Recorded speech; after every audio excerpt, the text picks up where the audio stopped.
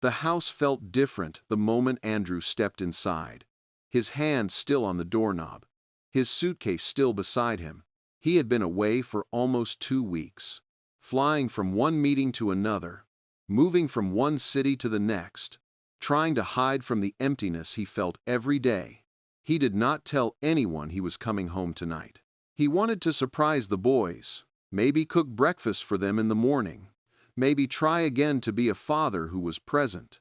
But as he stood inside the house, he felt a cold stillness that made him pause. The house used to be loud, full of noise, full of running feet, full of laughter from 3 small boys who once followed their mother everywhere. Now the house carried silence like a heavy blanket. Andrew placed his suitcase down quietly, then looked around the living room. Everything was neat, too neat, as if no one had moved for hours. He walked deeper into the house, his eyes moving slowly from wall to wall, his footsteps echoing softly on the floor. He whispered the boys' names, Logan, Adam, Caleb, but he heard nothing. No footsteps running to greet him, no small voices shouting "Daddy," no little arms wrapping around his legs. His throat tightened. He called again, louder this time, but the house stayed silent. He walked into the kitchen. The chairs were pushed in, the table clean, no toys on the floor, no crayons left out, no spilled juice. It felt like a place waiting for a family that never arrived. Andrew touched the back of a chair gently, almost afraid of the quiet. He had lived in silence for months, yet this silence felt different. It felt heavy, as if something sad had happened in the hours he was away. He moved slowly down the hallway, checking room after room. Adam's art supplies were untouched on the little table. Logan's shoes were by the wall, placed neatly as if someone else had arranged them. Caleb's pebble jars sat on the shelf, lined up in a perfect row. Something felt wrong, but Andrew could not understand what it was. He had felt this same worry the night of Sarah's funeral, when he did not know how to comfort his crying sons, when he felt helpless in his own home. He reached the last door of the hallway. He expected the same quiet room, but then he heard a soft whisper inside. He stopped moving. He listened. The whisper grew clearer, like someone speaking slowly, gently, with care. Andrew pushed the door open a little and froze. Inside the room, his 3 sons were on their knees on the floor, their small hands held together, their heads bowed.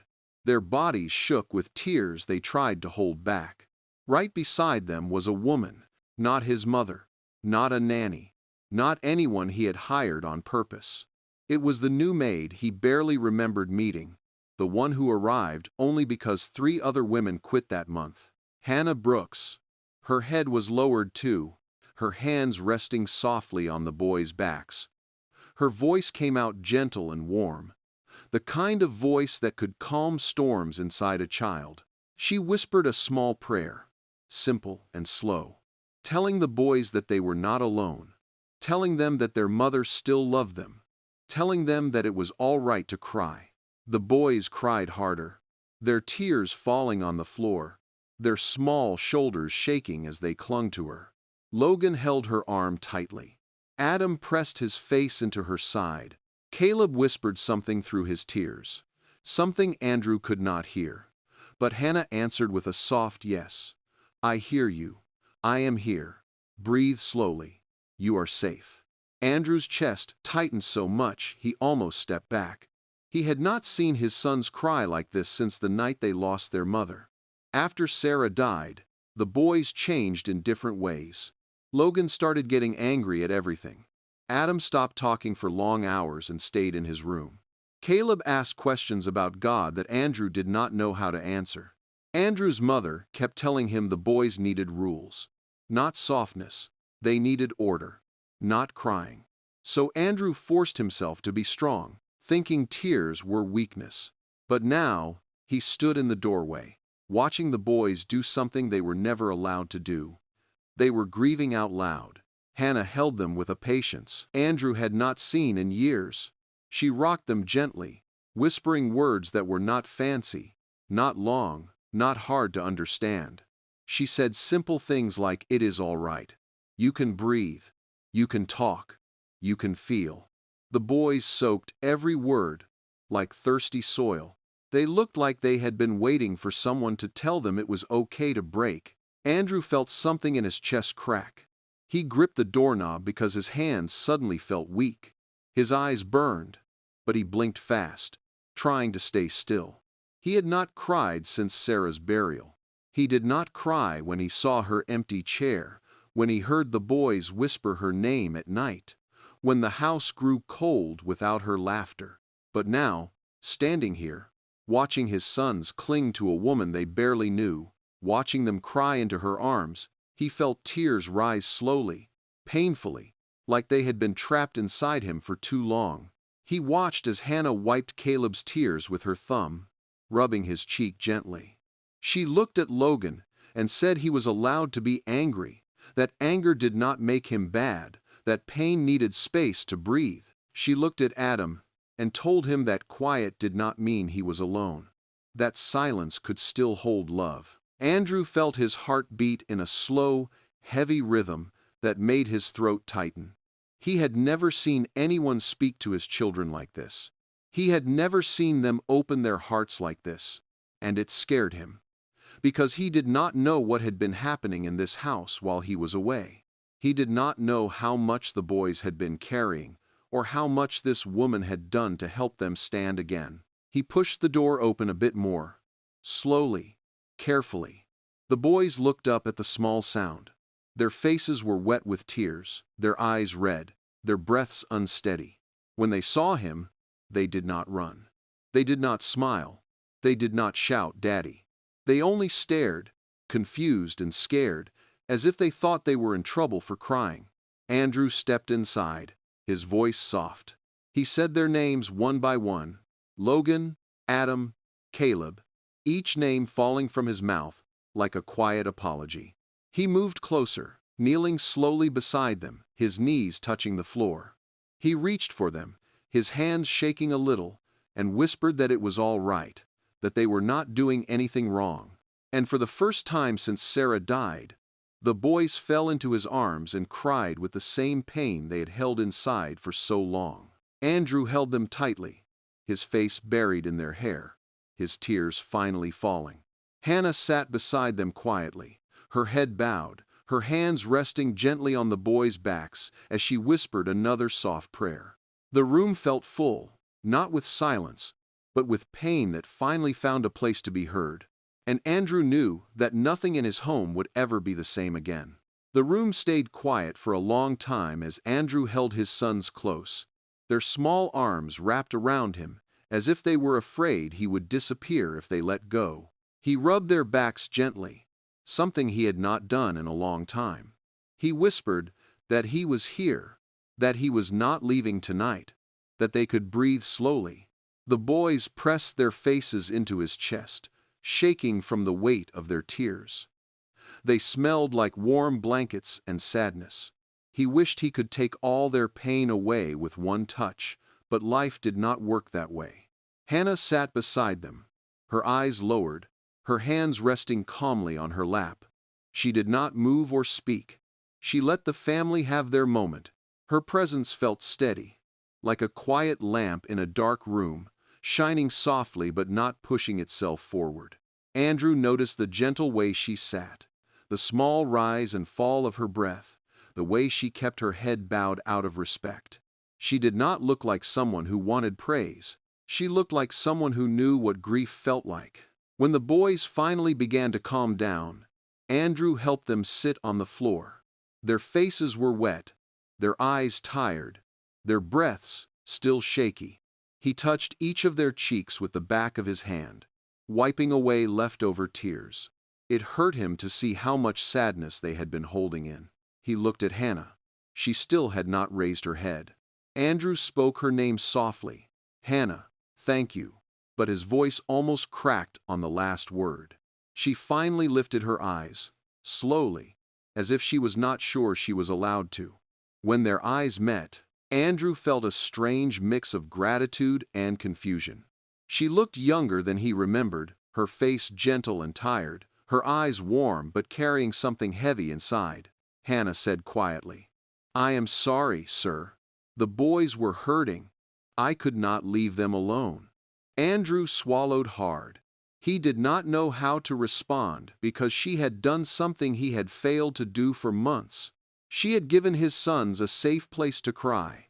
She had given them the softness he had pushed away. He asked her how long this had been happening. Her hands tightened a little in her lap. She said the boys had been struggling for weeks, each one in a different way. Logan had nightmares. Adam stayed silent for hours. Caleb asked questions about their mother at night, questions that made him cry until he fell asleep. He did not want the boys to feel wrong for crying, so she prayed with them, because it helped them breathe and sleep better. Andrew closed his eyes for a moment. The guilt pressed on him like a weight on his chest. He had been traveling so much, running from his own pain, thinking his boys were fine because the house looked fine. But pain did not leave just because the floors were clean or the rooms were quiet. Pain stayed until someone helped carry it. He thanked Hannah again, but she shook her head quickly and said she did not do anything special.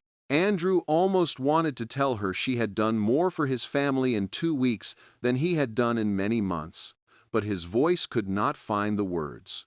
The boys leaned against him silently, tired from crying. He looked at them closely and noticed small things he had missed. Logan's eyes looked older than his age, like he was carrying anger he did not understand. Adam's shoulders stayed slightly tense even when calm, as if he was always waiting for something bad to happen. Caleb held Andrew's sleeve tightly, like he was afraid Andrew would leave the room if he let go. Andrew's heart shook again. He asked the boys softly why they were praying. Caleb looked down and mumbled that they prayed because Hannah said praying helped when the day hurt. Adam nodded slowly. Logan wiped his nose and whispered that sometimes he felt like he was disappearing and praying made him feel seen. Andrew felt tears fill his eyes again. He pulled them close and whispered that they would not hurt alone anymore. He told them he would stay home for a while. No more long trips. No more empty dinners. No more quiet rooms. The boys looked up at him, unsure if they should believe him. Andrew touched their hands gently and repeated it. This time, they nodded slowly, their eyes softening with a small sense of relief. When they went to bed, Andrew followed them to their room. He watched Hannah pull their blankets up carefully, tucking each boy in with slow movements as if trying not to wake the sadness that still slept inside them. She whispered a soft prayer beside their beds, asking for peace and strength. The boys closed their eyes, breathing slowly. Andrew stood by the door, watching the scene with a tight chest. He had not seen his boys fall asleep in peace in a long time. After the boys were asleep, Andrew walked Hannah to the hallway. He wanted to talk, but he did not know where to begin. Everything inside him felt mixed: guilt, gratitude, confusion, fear, and something else he could not name. He asked how she knew what the boys needed. Hannah looked down for a long moment before answering. Her voice was quiet when she said she understood pain because she had lived with pain too. She did not give details. She did not talk about her past. She only said that grief made people behave in different ways, and that children needed someone who would not leave, even when they cried or got angry. Andrew nodded slowly. He could see the truth in her eyes. There were stories behind her calm voice, stories she kept hidden. He wanted to ask more, but he knew it was not the right time. He asked her what she had done since she arrived. She listed small things, things she did not think were important, but each one felt bigger to Andrew than she realized. She pushed the boys' beds closer so they would not feel alone at night. She bought art supplies for Adam because drawing calmed him. She sat with Logan during thunderstorms because loud sounds scared him now. She collected pebbles with Caleb so he could name the things that mattered. She planted small trees on the balcony because growing something helped them feel alive. She prayed with them not because she wanted to teach them religion, but because she wanted to give them something steady to hold. Andrew listened to every word with a heavy heart. These were things he should have done. These were things Sarah would have done. But he had been gone, lost in his own world, thinking time would heal the boys without effort. He thanked Hannah again. This time his voice broke a little. Hannah lowered her eyes and said she only wanted to help. Before she walked away, Andrew asked her one last question. He asked if the boys felt safe with her. Hannah nodded slowly and said yes. They did, because she stayed with them when things got hard. Those words hit him harder than anything else. After Hannah left for the night, Andrew stood alone in the hallway for a long time. The house felt different now, warmer, softer, even with the quiet. He walked to the balcony and looked at the tiny saplings she planted. Their leaves were small, their stems thin, but they stood straight, reaching upward, trying to grow. He thought of his boys, each one hurting in a different way. He thought of Hannah, who had stayed through their storms. He thought of himself, trying to understand how he had missed so much. He closed his eyes and breathed slowly. Something inside him felt like it was waking up after a long sleep. He walked back to the boys' room, kissed each of their foreheads gently, and whispered that tomorrow would be different. Then he turned off the light and let the quiet fill the room. But this time, it did not feel empty. It felt hopeful. The next morning came quietly, with a soft light entering the house through the long curtains. Andrew woke up earlier than usual, something he had not done in months. He sat up slowly, rubbing his eyes, feeling the weight of yesterday still inside him. His mind kept going back to the moment he saw his sons crying in Hannah's arms. Every part of him felt confused, guilty, grateful, and strangely awake. He dressed quickly and walked down the hallway. The house felt calmer, not as empty as the night before. He heard small sounds from the kitchen, something like plates moving gently. For a moment, he wondered if the boys were awake this early. But when he stepped inside the kitchen, he saw Hannah standing by the counter. She was stirring something in a pot, her body moving slowly, her shoulders relaxed. She had tied her hair back, and she was humming quietly under her breath. The sound was soft, steady, something peaceful. Andrew stood at the doorway and watched her for a moment. He was surprised by how natural she looked in the kitchen, almost like she had been part of the house for years instead of just a short time. Hannah turned and saw him, her eyes widening a little in surprise. She greeted him quietly and asked if he wanted some tea. Her voice was calm, gentle, with a softness that made the kitchen feel warm. Andrew nodded, though he rarely drank tea. He sat at the table and watched her move around slowly, not rushing, not trying to impress anyone. Every step she took felt thoughtful. When she placed the cup of tea in front of him, he thanked her. She nodded and continued cooking, but Andrew could tell she was not sure how to act around him after last night. He understood. He was not sure how to act either. After a short silence, Andrew asked her how the boys slept. Her face softened. She said they slept well, better than most nights. She said Logan did not wake up scared at 3 a.m. like he usually did. She said Adam slept with his hand on Caleb's shoulder, something he had not done since their mother passed. She said Caleb kept his pebble jar beside his pillow because it made him feel safe. Andrew listened to every detail, feeling the truth settle deep inside him. He should have known these things. He should have been here. He told Hannah that he wanted to change. He wanted to be here more.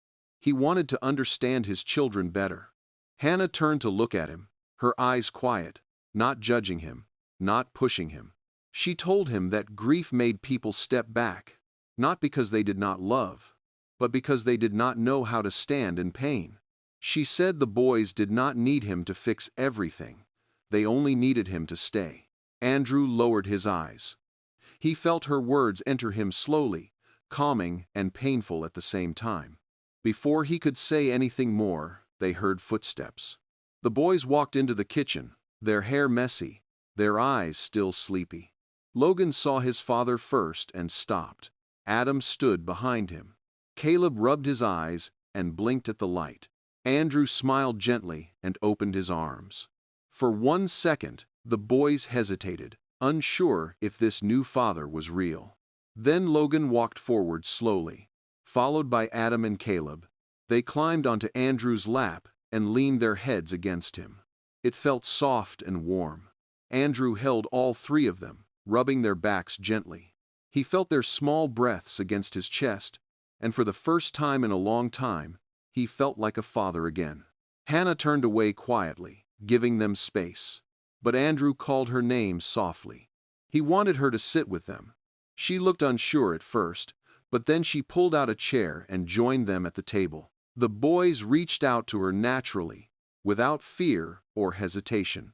Caleb held her hand. Logan leaned his head on her arm, and Adam touched the bracelet on her wrist. Breakfast was simple: scrambled eggs, toast, and warm tea. But it felt like something new. They ate slowly, talking a little, laughing softly, when Caleb made a silly face. Andrew noticed how Hannah always helped the boys without making them feel small. She told them simple things like, "Take your time, chew slowly, breathe easy." These were things Sarah used to say. After breakfast, the boys went to change their clothes. Andrew walked with Hannah to the living room. He wanted to understand her more. He asked her how she learned to care for children this way. Hannah hesitated. Her fingers played with the edge of her shirt. She said she used to take care of someone she loved, someone who needed help. She did not give details, but Andrew could see the sadness in her eyes. It was a quiet sadness, the kind that came from heartbreak she had learned to live with. He did not push her. He thanked her again for everything she had done. Hannah shook her head gently and said she only wanted the boys to feel safe. She said no child should feel alone in a house full of people. Those words sank into him deeply. A few minutes later, his mother, Patricia Miller, walked into the house. Her heels clicked loudly on the floor, her perfume filling the air. She carried herself with confidence and strictness, her face tight, her eyes sharp.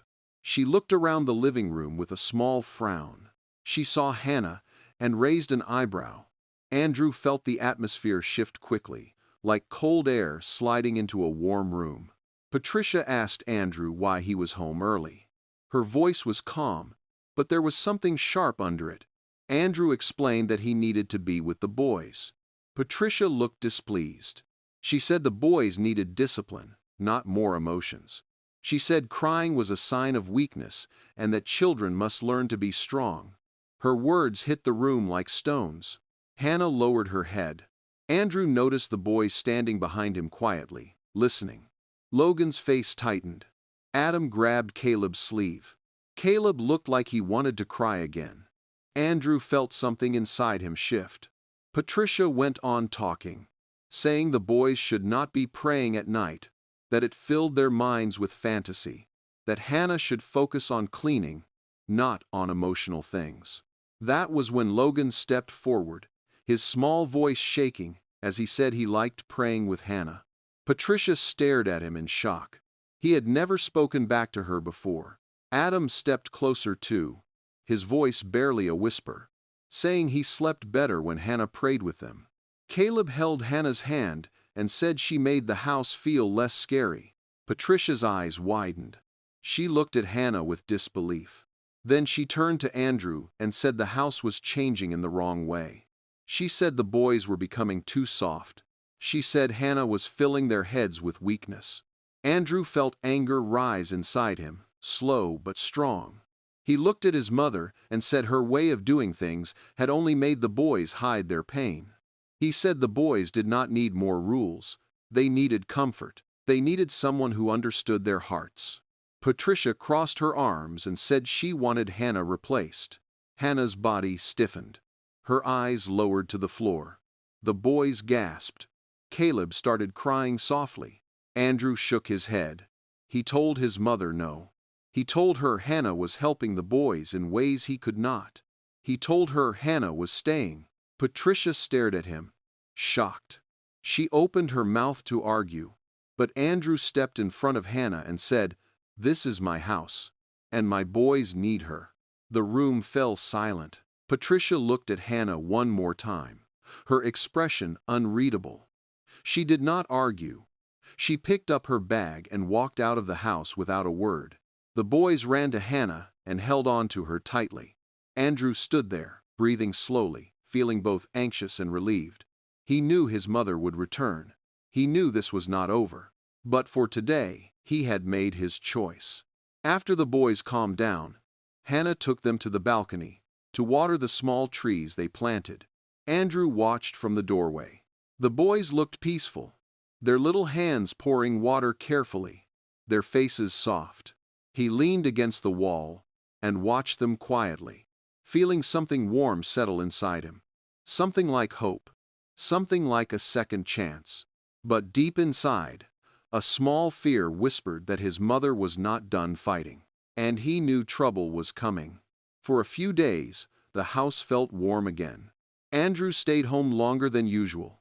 He joined the boys for breakfast, helped them with small tasks, and even sat on the floor to build blocks with Caleb. Every time he looked at them, he felt a slow ache inside him, a reminder of how much he had missed. Hannah was always nearby, guiding the boys with soft words, helping them breathe when they got overwhelmed, and creating small moments of calm that made each day feel safer. The boys followed her everywhere. They helped her fold towels. They sat with her when she prepared lunch. They listened to the small stories she told about patience and kindness. Andrew watched them closely and saw something he had not seen since Sarah died. He saw the start of healing, but under that peace, there was a quiet tension. Andrew could feel it. Hannah could feel it. Even the boys sensed it, because everyone knew Patricia was not the kind of woman who let things go. She was quiet these days, almost too quiet, and Andrew knew her silence was not peace. It was planning. One early morning, Hannah came to work and found Patricia sitting in the living room. She held a small purse on her lap, her posture straight, her eyes sharp like someone checking for trouble. Hannah froze at the doorway.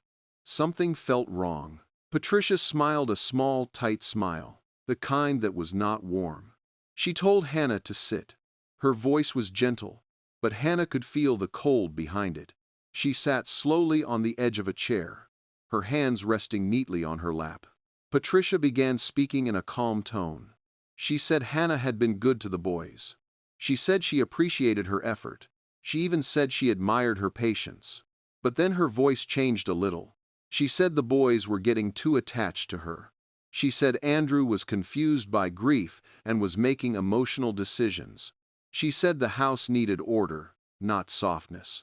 Then Patricia slowly opened her purse and placed a thick white envelope on the table between them. The envelope was filled with money. Hannah stared at it, confused.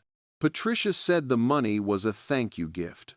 She said it was enough to help Hannah start a better life somewhere else. She said Hannah should leave quietly. Today, before the boys woke up, she said it would be best for everyone, because the boys needed structure, not emotional dependence on someone who was not family. Hannah felt her chest tighten. Her hands shook. She looked down at the envelope, then at Patricia. Her eyes filled with tears she tried to hold back. She whispered softly, asking if she had done something wrong. Patricia shook her head and said no. Hannah had done too much. She had stepped into spaces she was not meant to fill. She had made the boys rely on her. She had made Andrew forget his responsibilities. Patricia said a maid should not be the heart of a home. She said the boys did not need love from an outsider. They needed discipline. Hannah lowered her eyes. Her heart felt heavy. She thought about the boys, their small hands in hers, their soft prayers, their quiet pain.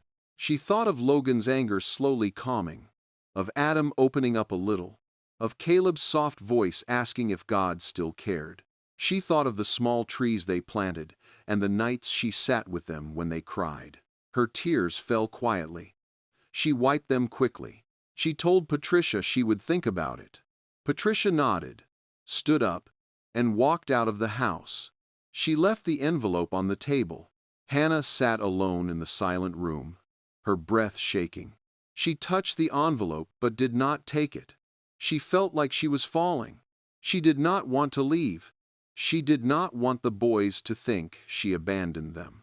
But she also did not want to bring trouble to the house.